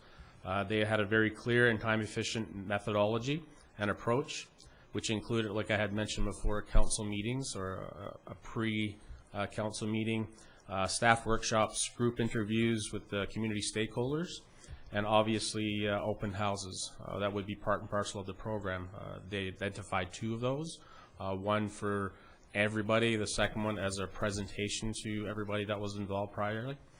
One of the lower priced proposals, we didn't think there was a lot of value added in a telephone survey that was identified in that, where they had it over $17,000 just in the telephone survey alone. So we didn't think that was one of the optimal ways to go. A direct link to our current recreation facilities and programs that are related to tourism in the summer months when we're inflated and in the shoulder season when we need some extra things for that particular time. Their recent work that they done in Squamish, Tofino, and Fernie, and how they identified their needs as resort municipalities, I thought really put it over the edge for us, and their expertise and the people that they brought forward. They also said that they would provide a high-level review of our policies, our fees and services bylaws, and how we actually interact. We have a number of agreements with other municipalities, the RDOS, Area A, and how we have those set up, the types of programs that we offer and how we offer those. If there are new trends out there, that they would help us identify those. And obviously, like I had said before, one of the lead people was a former director of recreation with the city of Penticton, and has a very good background in parks and trails, and was just part of the Fernie process. And basically, that's what sold us over everybody else. Great. Thank you. Great reply. Councilor Rhodes, That's that's great. Okay. Yeah, just needed a bit of help with that. Oh, absolutely. Yeah, we're so used to going to the lowest bidder that it's good that it caused question, for sure. And I guess that one of the other things that I'd like to just mention, I just scrolled up and looked at the bids again, and they're roughly within $5,000, sort of within 10%. So when you see 5 bidders in there that tight, I think they're all very close. So thanks for the scrutiny on hopefully moving ahead and finalizing an agreement and getting this kicked off. So do we have a resolution on the table for that? No. No. Councilor Ryan. Yes, I would move that we do accept the proposal, the option 1, to direct staff to meet with Lee and Associates and develop the agreement and move forward. And that I would also incorporate into that the appointment of Councilor Plant. Okay. And a member, I guess, of the commission. Right. Representing Area A to join that planning committee, steering committee. And seconder, Councilor McCordoff. Any dialogue on that? All in favor? Oh, Mr. Sorry, correct me if I'm wrong here, Gerald. You wish that you could make that commission person somebody out of Area A, but if that person you have in mind isn't available, I think the resolution, the way it went, is kind of tying our hands to it being a member of the regional district. So we've had some issues with getting regional district members. So I just keep that a little bit. Yeah, I would like with some flexibility there. Just to the director's discretion. Yes. Yeah. It was actually, I was going to say, he's heard the information. He actually brought the information to us on which way he'd like to go and have that rural director if possible. So we'll leave it to. Okay. Yeah. Good. Okay. Ms. Scott, do we have that wordsmith somehow?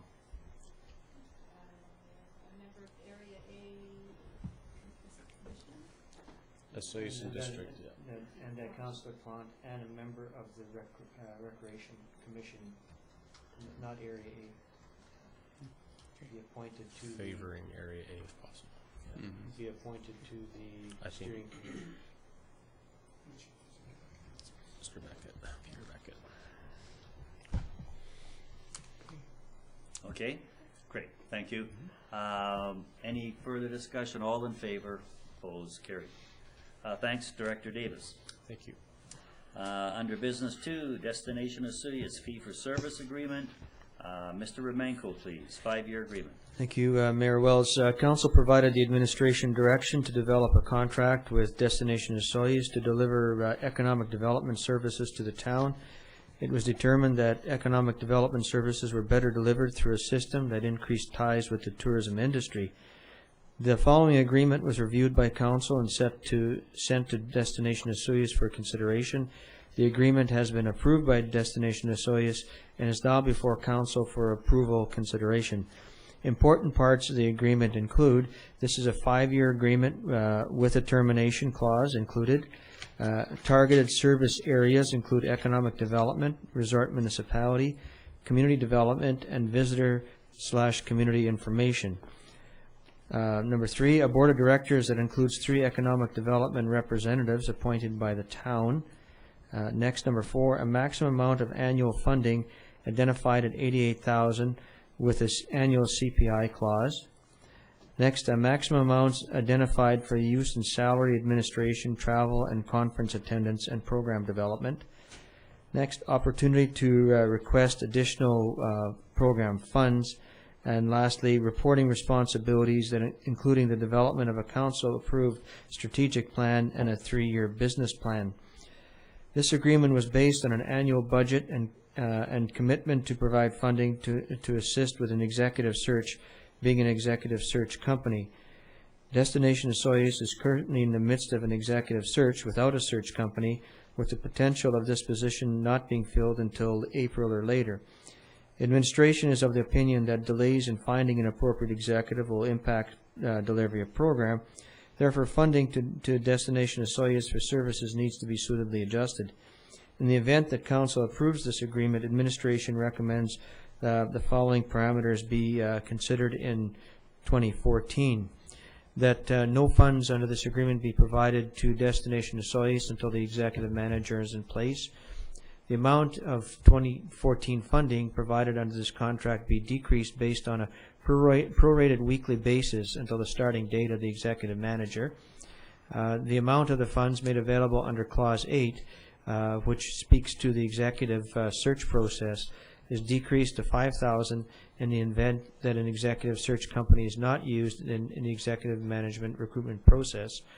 And lastly, a letter is sent to DO requesting acceptance in writing these terms prior to receiving an approval agreement from Council. And I've rethought that process, and I'm kind of thinking it would be better to have an attached letter of understanding signed by both as opposed to going back and forth with a letter. We just do a letter of understanding if Council agrees to move these particular items forward.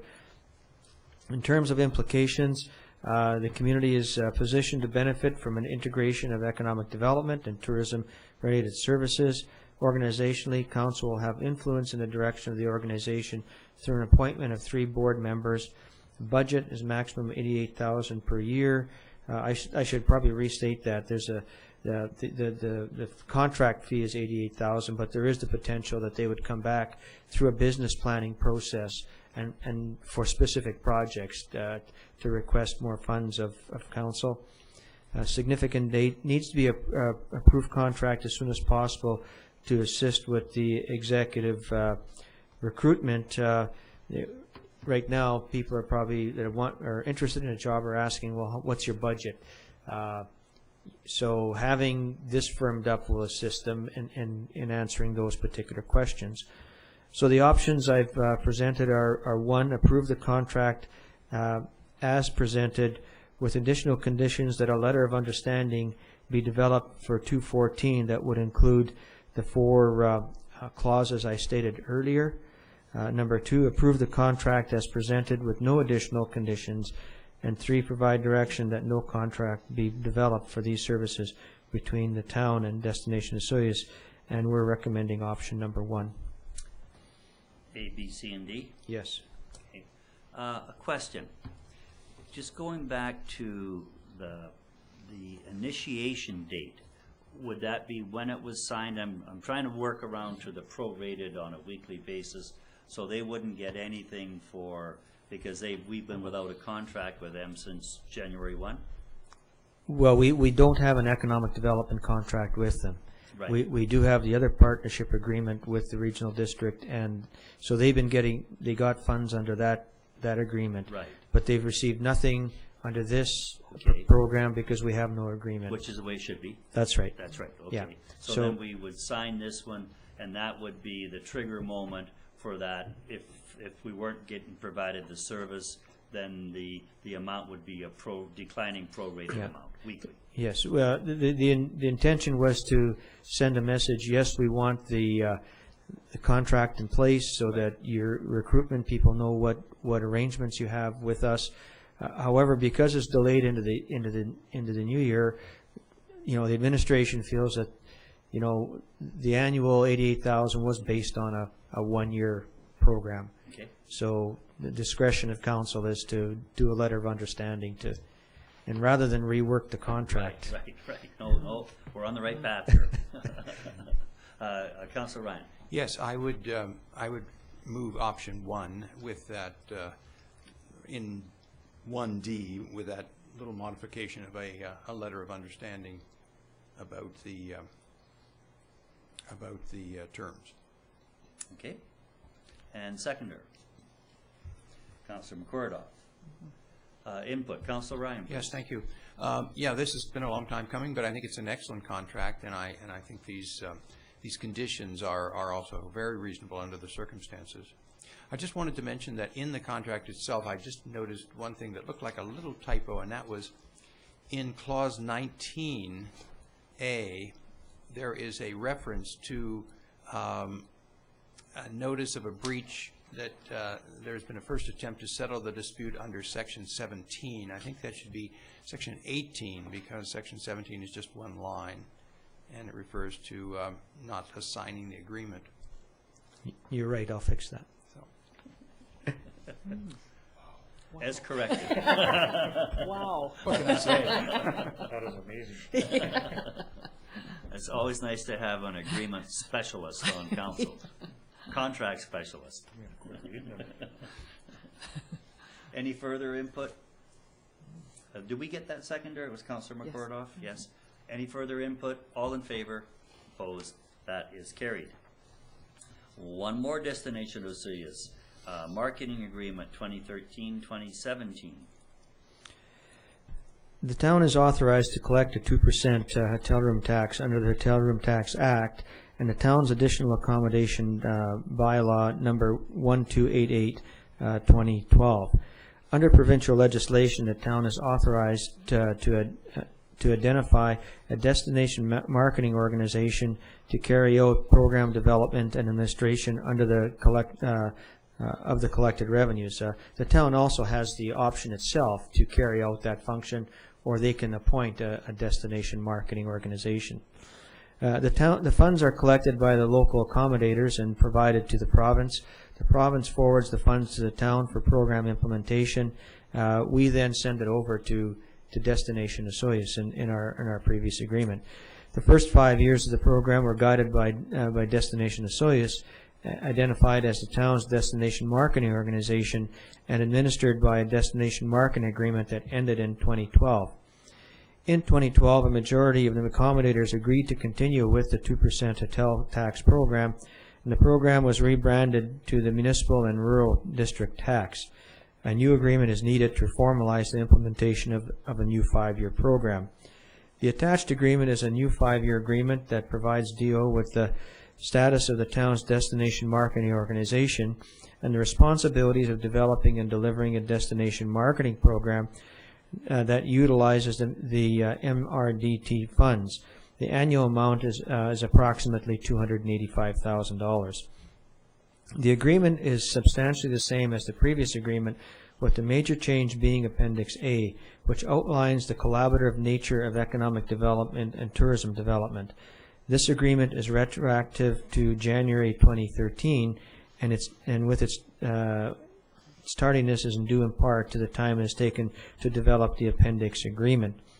Implications: the community benefits from having an industry-based organization develop and deliver a locally funded destination marketing program. The town has influence in the destination marketing program through program and budget approvals and council communication at the board level. The budget is approximately $285,000, which comes from the municipal regional district tax. Significant dates: the agreement is retroactive to January 2013, and the agreement contributes to economic sustainability. The options provided include: approve the agreement as presented and signed off by Destination Osoyoos, seek additional information prior to decision. 3, make a decision not to approve the agreement as presented and make additional recommendations for inclusion in the agreement. And the administration is recommending option 1, which is the status quo, to have Destination Osoyoos continue as the town's destination marketing board. Okay, thank you. Council, please. Councillor Ryan? Yes, I would move option 1. And seconder, Councillor Plant. Discussion. Councillor Ryan. Just, I guess a question to Mr. Romenko. It calls for a review of the previous year by the 30th of April, so presumably the existing staff and directors could provide that to us, or do you think that's going to be thrown off the schedule? No, I think that's legitimate. You know, the organization was functioning last year, and they did have a program, and I think as part of the agreement they should be reporting to the town in terms of what activities were carried out. And again, in light of the changes there last year, that report should probably speak to how the partnership funds were used in their entirety, or are they banked, or you know, how was those funds used? Yeah, I think that's very wise. Anything else? I guess I'd just like to a point of importance to be restated is that this approximately $285,000 is the 2% tax. It is collected by the operators. It is given back to them through the Hotel Motel Association, or part of that board, and it's meant for them to do their marketing money. So while these are not direct taxpayers' dollars, they collect it, they vote on it.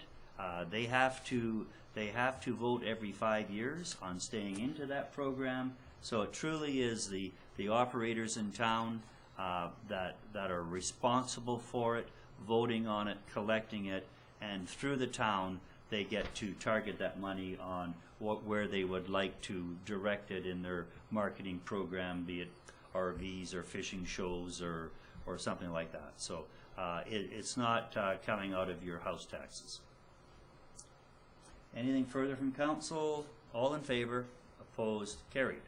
And I made a little segue there about fishing into the bass, the letter from the bass tournament. Mr. Romenko, please. Thank you, Mayor Wells. Attached, please find a request for a letter of support from the BC Angler Fishing Club to enable a bass fishing tournament on Osoyoos Lake this fall. The attached letter outlines that a letter of support is needed to signify community support for the event and the use of live wells to facilitate the tournament. The attached letter illustrates that other tournaments have contributed to economic impacts of participating communities, and that this tournament has growth potential for future years. BC is the only province that doesn't allow live wells, and the letter of support is needed. The use of live wells enhances the potential of tournament fish to be successfully returned to lake waters. Mr. Benson provides background information on the success of live wells, the use of live wells in returning fish to their habitat. He noted that the City of Penticton had provided a $1,000 prize last year. However, he has not made it clear if that is his expectation. If a donation is requested, it can be referred to Destination Osoyoos as part of the tourism funding. And since I've written this, I've clarified that, yes, there was an ask associated with the letter of support. Implication, the community would benefit from an additional activity in its traditionally slower period of the year. Organizationally, staff time is just needed to develop a letter. Budget, a funding request can be referred to Destination Osoyoos. Significant dates, activity would occur this fall. Sustainability, the use of live wells in fishing tournaments appears to assist in maintaining fishery sustainability through successful return of fish to lake waters. And our options are provided. Option 1, approve a letter of support. 2, deny a letter of support. And 3, request additional information. And administration recommends option number 1. There has been discussion about the need to increase the notoriety of Osoyoos Lake as a bass fishing lake to promote economic development. It would appear that this tournament would assist in meeting that goal, and the use of live wells is a key factor in maintaining the sustainability of the fishery. Thank you, Mr. Romenko. Council, please. Councilor Rhodes. Thank you, Mr. Mayor. Well, this falls right in the no-brainer category for me, so I'm happy to recommend option number 1. Thank you. And seconder, Councilor Plant. Any further discussion on this? Councilor Ryan.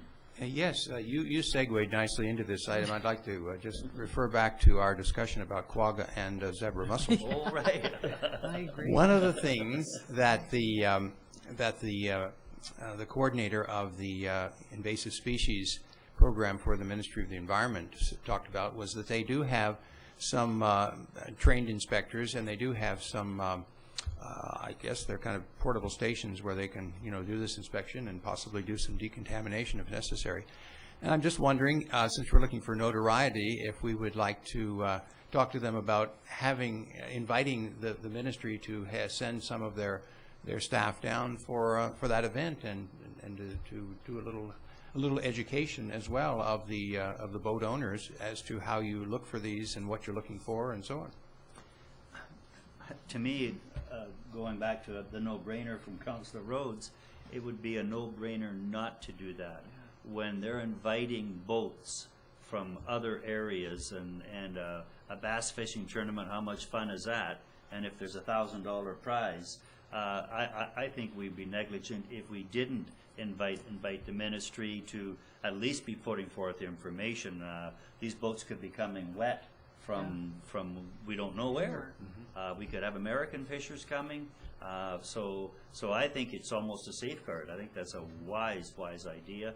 If we can get that through administration, you probably have all the contacts numbers to finish that off. Yes.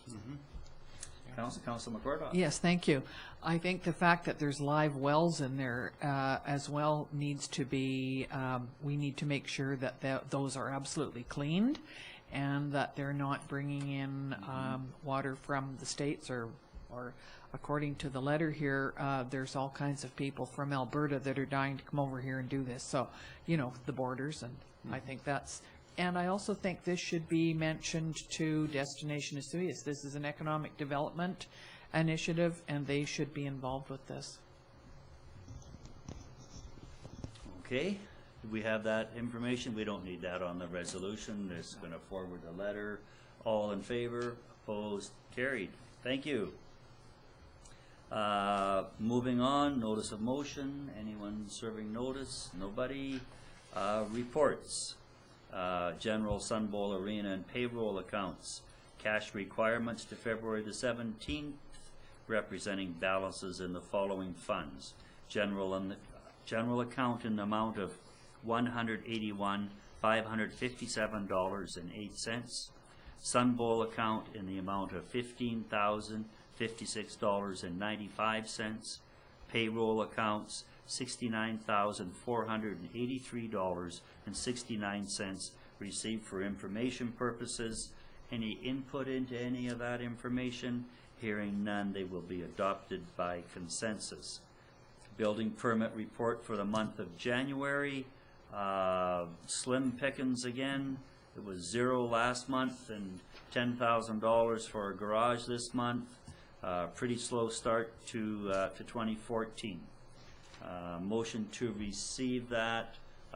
Plant Ryan, all in favor. That has been received. No committee reports that I have received. CAO report, CAO Romanko, please.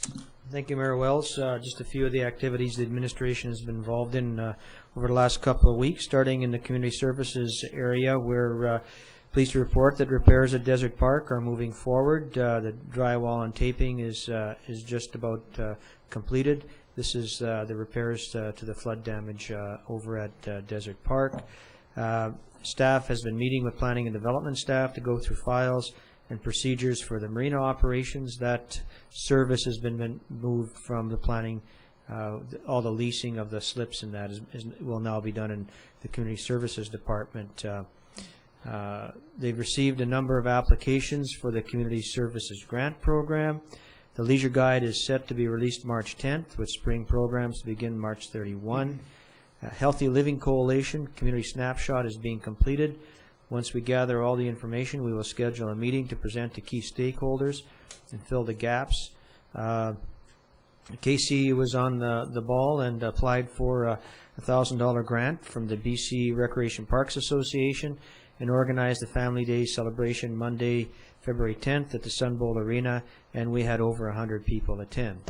it was quite busy on the ice over there. Corporate Services, the Deputy and the Director attended a webinar for new agenda formats. They've prepared newspaper ads and web notices and emails. Completed the property agreement for the lease of the Richter property agricultural lease for 1 more year. And budget meetings were probably something that all of us were involved in over the last couple of weeks, including finance, which had the work of following up on all the reports and all the changes that needed to be done, and also working on financing options for fire services with the Osoyoos Rural Fire Protection District. Public Works, probably one of the main things they did over the last couple of weeks is they've been working diligently at the Marina, moving out the landscaping rock and putting it into storage. I'm sure we can find a place for that material, and then we'll come back and put a compacted material in there that will be more user-friendly for walking. Myself continue to work on the redevelopment of the BFI contract to meet the MMBC changes. I reviewed or met with the Desert Center. They're still looking at a landscaping project in town.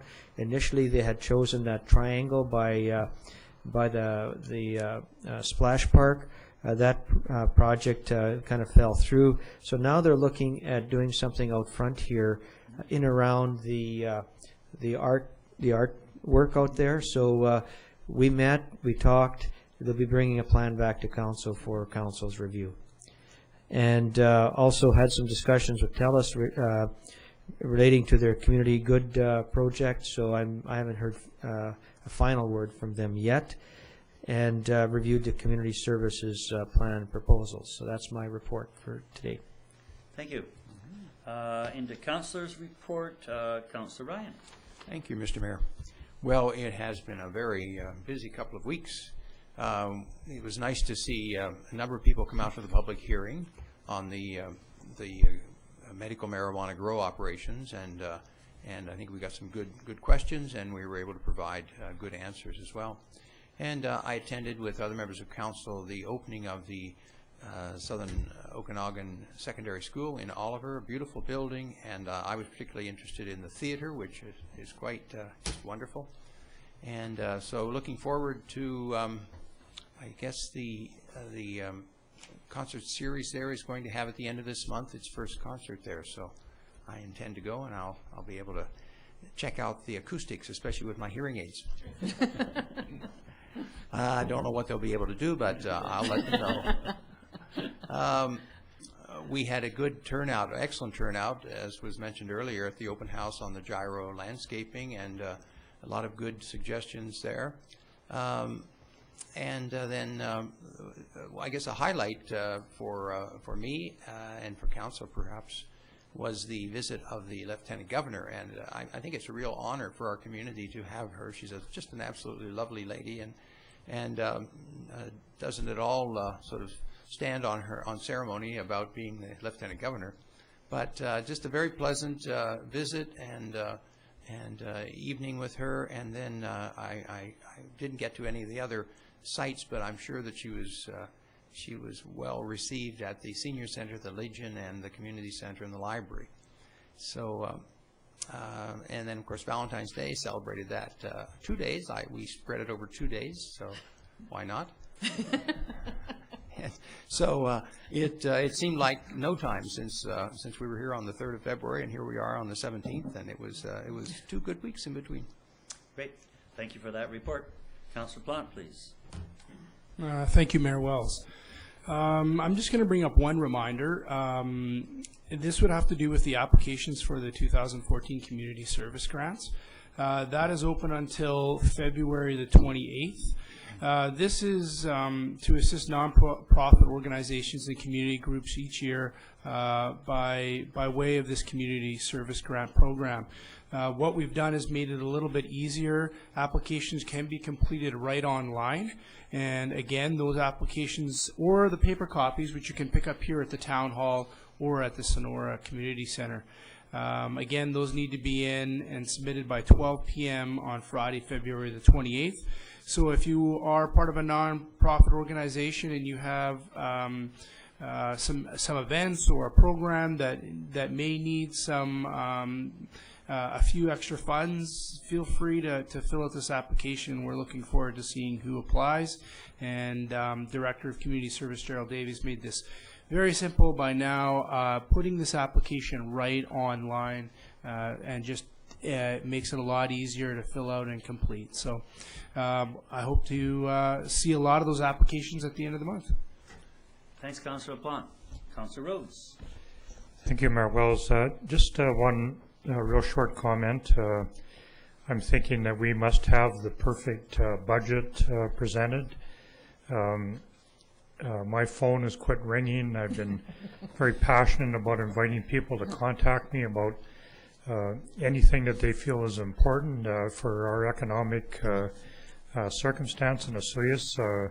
The phone calls have dried up, so I'm just assuming that it's probably the perfect budget. However, I do want to mention that it's not too late. We're getting down to finalizing the budget. February 24th, I know this has been repeated a couple of times at this meeting today. February 24th, here in this building at 6:30 is an opportunity to talk to council about anything regarding our budget or any other economic circumstance. So please get in touch with me or any other of the councillors or show up here. And I'm going to defer whatever time's left to Councillor McCordoff so she can let me know about all the wonderful things that the Lions Club have done here. Thanks, Councillor Rhodes. Councillor McCordoff, please. Yes, thank you. So earlier today we heard the letter from the Lions Club saying that they have, after 51 years, they are disbanding their group, and I feel quite sad about that. The Gyros are another group that have recently disbanded as well, and were extremely active in this town. So when I got thinking about the Lions Club, over the years, they were a very active social club, as well as being fundraisers and hard workers. They put in Lions Park, which children over the years have loved, and it's been updated since then. They also did pancake breakfasts. It was a huge fundraiser for them. Every year at Easter Extravaganza and at July 1st, for as long as I can remember, the Lions Club has served pancakes, sausages, sometimes bacon, coffee, juice, and I think the latest that I remember, the most I ever paid was $5 for that, which was a steal. But it was a good fundraiser for them. They also did hot dogs and cocoa at Christmas Light Up for many years. They weren't able to do it this year because they just didn't have the manpower, and I think it was too cold. But, they're going to be missed for sure in that, and we're hoping that another community group will take that responsibility on, because we need it. One of the things that my children used to love to attend was jam can curling, and that was put on by the Lions Club. They literally took metal jam cans, filled them with concrete, put a handle on them, and used half the rink, the ice, and then after the end of the season, of course. It was extremely well attended, and at one point they gave up using jam cans, and I think they got actual half-sized curling rocks in there. Fortunately, the curling club has taken over some of the junior programs, but if you ask any child who went to school here in the last 40 years what they enjoyed doing, it was around spring break, it was jam can curling. Wonderful fun. So the Lions will definitely be missed. But there are several other groups in town, lucky for us, because volunteers are the way to go. If we don't have volunteers, we lose a lot of the programs in this town. So the Kiwanis and the Rotary have taken over a lot of the projects that are going on in the town. The Seroptimists, the Osoyoos and District Arts Council, the Elks and the Royal Purple, Knights of Columbus, and all of the churches the Baptist Church and the food bank, and you know, they just do a fabulous job. And the Festival Society, the Senior Center, the Wellness, the curling rink. You know, there's lots and lots of different places that people can go and volunteer. And I suggest that you all consider that, because I know that we wouldn't have all these projects in town if it wasn't for volunteers. There are many snowbirds who come to our town who get involved with many of these groups, and I think it's just terrific. They come for 3 or 4 months. They know that there are things on here that they can get involved with, and some of them do, and I think it's great. So join a club, join something of your choice, and volunteer. It's not only fun, but you're helping others. It's healthy for you. It's improving our town, and it's a great social event too. So it's there's obviously something, one of these groups that would suit your fancy and enjoy it. And the best thing of all is that all of these volunteer groups get invited to the town-sponsored volunteer luncheon in April. So join a group and be healthy. Thank you. Thanks, Councilor McCordoff. I think mine will be based on brevity. Just a couple of things I'd like to say. First off, how much I enjoyed the time, the 2 days with the Lieutenant Governor of British Columbia, the Honorable Judith Guichon. It was just wonderful. She arrived at the town office here, and I traveled with her to the Legion and the Senior Center for a walk-in tea, and the Sonora Center for a stroll through the Sonora Center, and the library. And then the next day, she overnighted in town. The next day, went up to the high school and did an auditorium up there, and it was just great. And when I was with her, particularly at the Legion and the Senior Center, what was so admirable about her was her genuine and sincere interest in people. And I was sitting there because there was a few friends that were there, and just watching her be completely engaged with people she had never met before and probably would never meet again. And she'd go down to sit at a table, and I'd look over 3 minutes later, and she was laughing and carrying on and really, really engaging those people. And it was just neat to see that in somebody that has the status of Lieutenant Governor. And her background was a cattle rancher. She brought in a holistic approach to cattle ranching, and at one point was the president of the British Columbia Stockmen's Association. So very, very neat and interesting lady, and all that time with her and those events was a great experience. Just a couple of announcements. 6 o'clock tonight, there is a boys' senior basketball game. The Rattlers are playing up at the secondary school. So, and this is, I believe the season's over. They're into some playoffs, and this is not a scheduled game. This is a team that's in the area. I think it's a coastal team that they're playing tonight. So I'm gonna be up there and catch a basketball game. And the other one, the Desert Winter Series of the Desert Society at Watermark, 2 o'clock, Saturdays, 2 hours, 4, and I think the first one was last Saturday, and the next, there's 3 more coming, and then that's the end of the series. There's some great and interesting information and presentations coming, and one of them is on the ice and the shrinking ice and that. And the last one they just had was I unfortunately missed it, but it was on owls. But I just got to make it there. so you have to make it there. Yeah, great presentation by donation. CAO Romanko, please. Just a little information on that February 24th meeting here. It will be on Granicus. Okay. So if people cannot make it, they can still view the proceedings going on. And also it'll be part of the our file inventory. If they can't watch it at that particular point in time, it will be available for them to catch later on. Okay, and for people that maybe aren't quite aware or haven't tuned into Granicus, the beauty of it is you can just go to the section you want to see. You don't have to watch, you don't have to put in 2 hours attending the meeting. You can just get right into what interests you, and then you can go golfing, which we could do now because we're going to adjourn.